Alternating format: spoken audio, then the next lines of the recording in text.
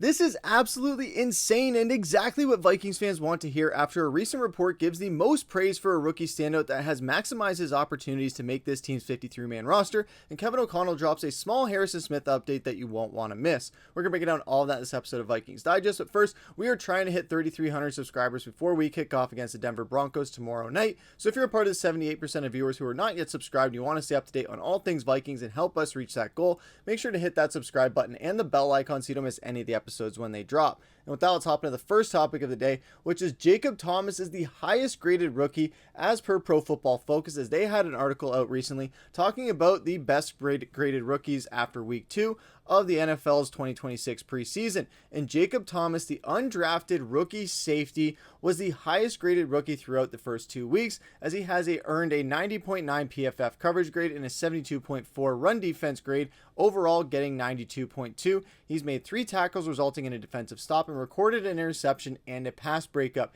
And he's also had a bevy of other tackles as well, where once he's making contact with these guys, they're not making it further than 1, 2, maybe 3 yards maximum. But in that last preseason game against the Baltimore Ravens, he was an absolute wrecking ball, hitting guys at the point of contact and making sure they were not getting any yards and they were just dead right where they were hit. And he was awesome at doing that. He got the turnover in the Giants game, which was a really great kind of boost of confidence right out the gate for him to just show up in his first game and be like, hey, I might be an undrafted guy and I'm a rookie, but I am willing to do whatever it takes to make this team, and I am worth keeping an eye on. And we have had our eye on him ever since. And not only is he an undrafted free agent rookie, but he is also a walk-on from James Madison, as he was a recent tweet was put out saying that he was going from a walk-on at James Madison to potentially starting for Brian Flores defense. That is one of the coolest stories in the NFL, and I got to agree with that because this guy was an absolute dog at James Madison. He had so much praise from all of his teammates, all of his coaches. Curt Cignetti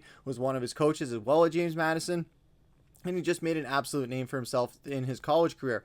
Then when it goes to the NFL, he doesn't get drafted. Minnesota sees the potential in him, especially Brian Flores. And we knew that Minnesota was going to go pretty defense heavy with this draft. It was just a matter of how heavy were they going to go. Well, Brian Flores, he wanted as much tools in his arsenal as he could. Then when the draft was over, he saw there was still a lot more out there to kind of retool and kind of mold into his image of this kind of defensive scheme that he's just cooked up over the past couple of years and has nearly perfected almost. And it seems like this is the year that we are going to see that formula basically as close to perfection as it's going to get.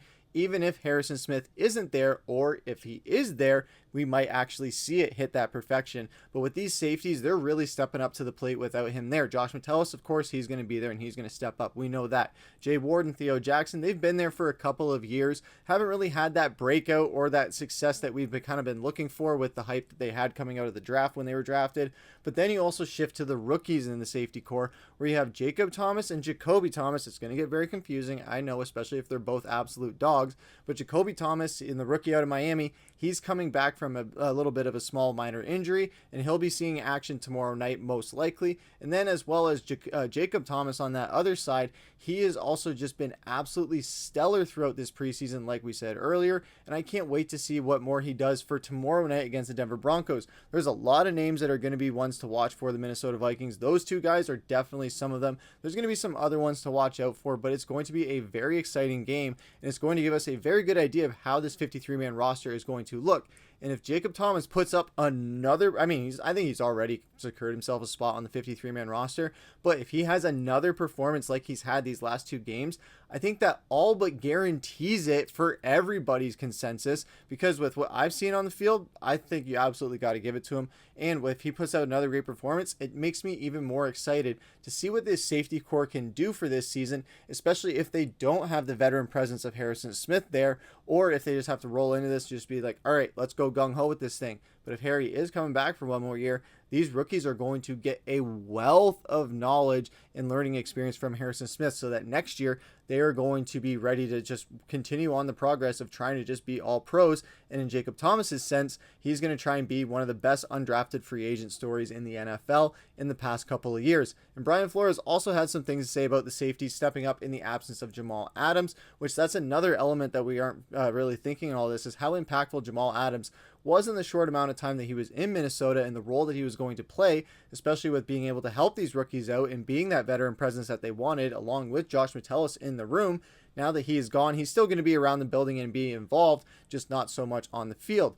But with that shifting now to these rookies, it's going to bring a lot of very exciting opportunities. And Brian Flores himself expressed that, saying that he's excited for that group, excited to see what they can do. They've got different skill sets that will try to play to their strengths, and I think they're all doing well. He mentioned all of them by name and just kind of just rounded them all out, and I think that they all do have a very good set of skills, where Jay Ward, he's a really good blitzing safety. When you look at Jacob Thomas, he's really great in coverage and being able to communicate with those guys, where it shows that maybe he could be a signal caller in that secondary for the future if he just goes out and plays great this game and also throughout the season, and shows that he can be a leader on this defense. With how this young defense is looking in this secondary core, where you got Chuck Demings, you got Jacoby Thomas, you got Jacob Thomas, you got a few other guys in there, I think the future is looking very bright for this Minnesota secondary, and they're doing it the right way, as they didn't do about 10 years ago when they lost Xavier Rhodes, Andrew Sendejo, all those guys, and they had to bring in the fresh new blood.